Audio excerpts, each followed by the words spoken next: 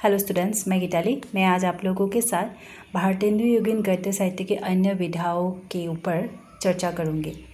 ये विधाएं हमने हिंदी साहित्य के इतिहास नागेंद्र के बुक के आधार पर लिए हुए हैं। आप लोग इसे अच्छी तरह से देख लीजिए, क्योंकि ये BA, MA, नेट जो भी एग्ज़ाम हो उन सभी एग्ज़ाम में इसे शॉर्ट क्वेश्चंस के रूप में पूछे जाते हैं।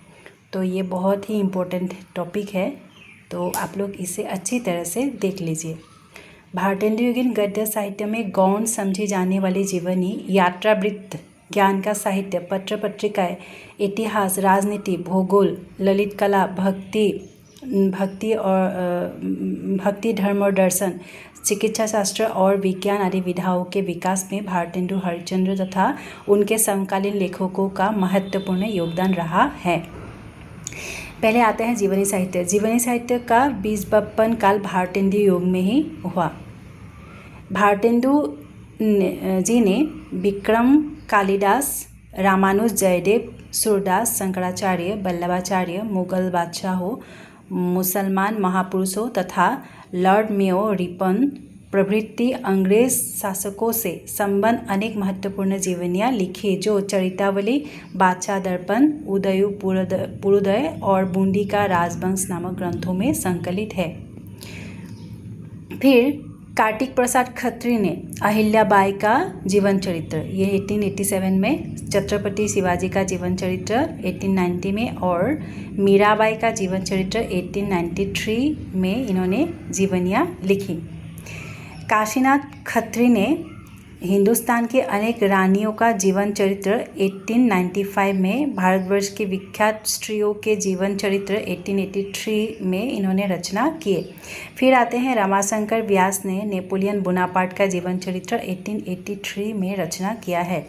इस युग के सर्वप्रसिद्ध जीवनी लेखक देवी प्रसाद मुंसिफ ने महाराज मानसिंह कच्चवाल वाले अमीर का जीवन चरित्र 1889 में, राजा मालदेव का जीवन चरित्र 1889 में, उदय सिंह महाराज 1883, फिर अकबरनामा 1883 में, जसवंत सिंह 1896 में आदि ऐतिहासिक जीवनियाँ इन्होंने लिखी है।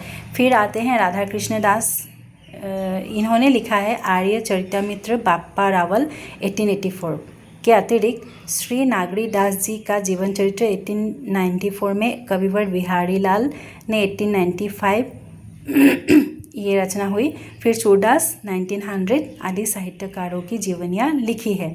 फिर आते हैं हिंदी जीवनी साहित्य के विकास में विदेशी मिशनरियों ने भी पर्याप्त योग दिया।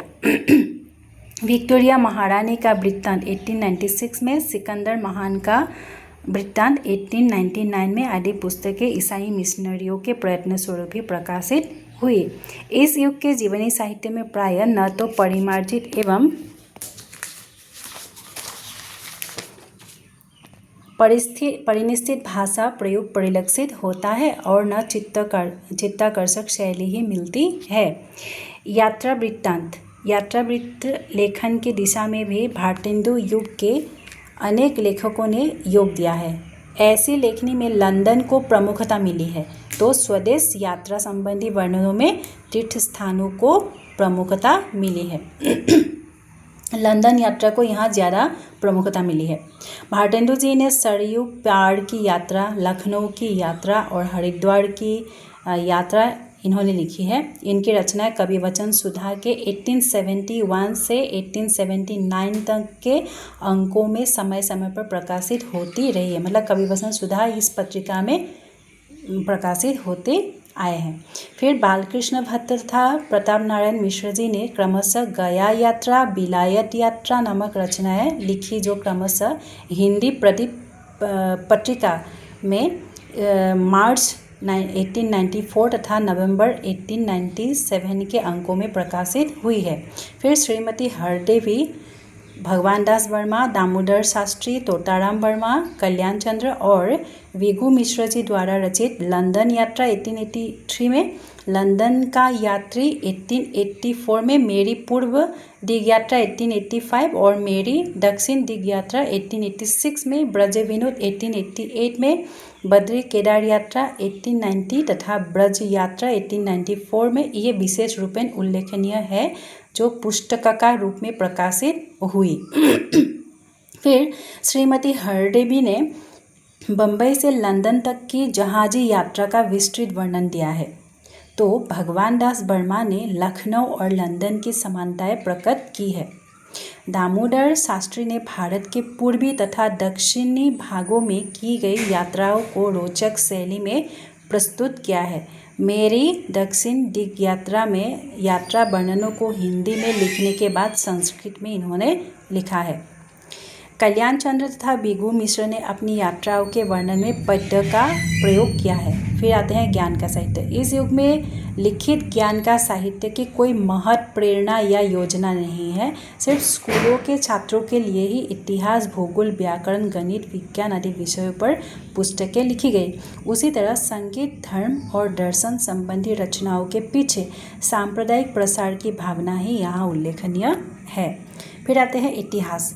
इतिहास ग्रंथों में राजा शिव प्रसाद सितारे सिंह का इतिहास तिमिर नाशक 1873 में, फिर पूरनचंद मुंशी का अवध समाचार 1876 में लिखा गया। फिर आते हैं भारतेंदु हरिश्चंद्र का बूंदी का राजवंश 1882 में, देवी प्रसाद मुंशीकृत आमेर के राजे 1893 में और मारवाड़ के प्राचीन लेख 1896 एवं महाराज सिंह का इतिहास बुंदेलखंड 1896 ये उल्लेखनीय है। उपर्युक्त लेखकों में देवी प्रसाद मुंशी में इतिहास लेखन की वास्तविक प्रतिभा थी, किंतु वे आगे बढ़ नहीं सके। विदेशों का इतिहास लिखने की प्रवृत्ति आगे चलकर द्विवेदी युग में ही लक्षित होती है। मतलब भारतीय युग में तो प्रयास किए गए लेकिन कोई इतने आगे बढ़ नहीं पाए। इसका द्विवेदी युग में ही ये आगे बढ़ पाए। फिर राजनीति शास्त्र में भारतीय युग में राजनीति के संबंध में कोई महत्वपूर्ण ग्रंथ तो लिखा ही नहीं गया। इस दिशा में केवल 2 कृतियाँ हैं। श्रीनिवास दास कृत राजनीति 1869 में लिखा है और देवी दास कृत राजनीति ये 1863 प्राचीन पद्धति पर लिखी गई है। भूगोल। इस युग में भूगोल संबंधी अत्यंत प्रारंभिक स्तर की पुस्तकें ही लिखी गई।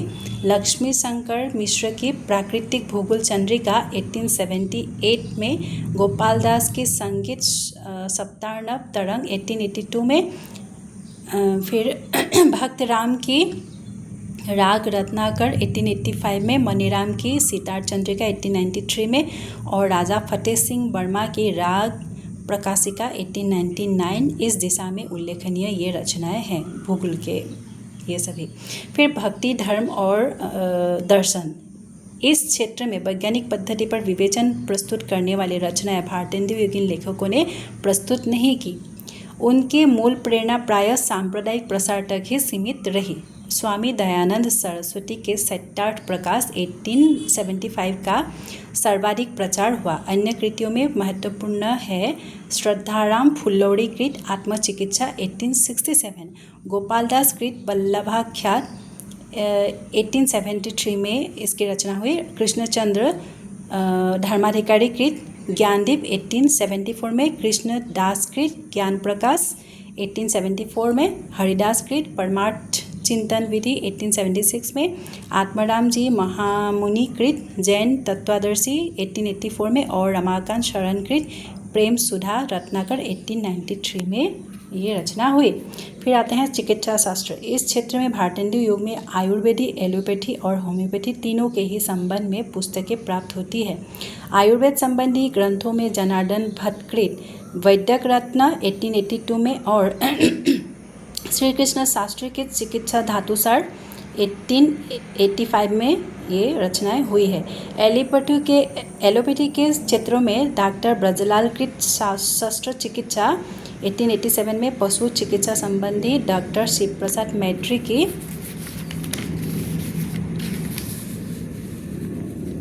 पुस्तक पशु चिकित्सा 1895, केदारनाथ चटर्जी की होम्योपैथिक सार भी उपयोगी रचनाएं हैं। फिर आते हैं विज्ञान।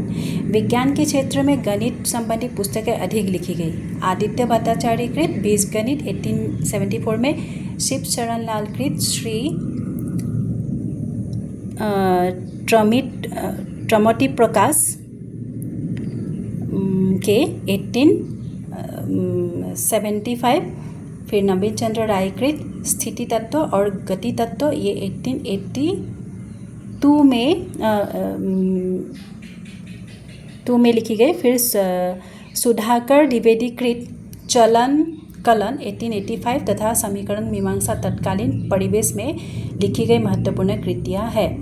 इस युग में भौतिक शास्त्रों पर भी कुछ पुस्तकें प्राप्त होती है। महेंद्र भट्टाचार्य कृत पदार्थ विज्ञान 1873 में और लक्ष्मी शंकर मिश्र कृत पदार्थ विज्ञान वितप 1875 उल्लेखनीय है।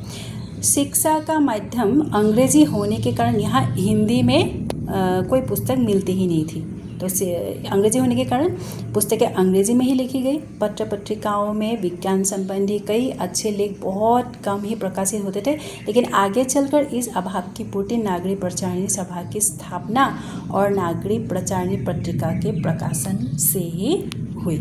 आई होप इस वीडियो से आप लोगों को काफ़ी हद तक भारतेंदुकालीन गद्य के अन्य जो अन्य विधाएँ हैं ये आप लोग को अच्छी तरह से समझ में आ गई होगी। आप लोग इसे अच्छी तरह से नागेंद्र के बुक को भी अच्छी तरह से देख लीजिए, क्योंकि ये बहुत इम्पोर्टेंट टॉपिक है।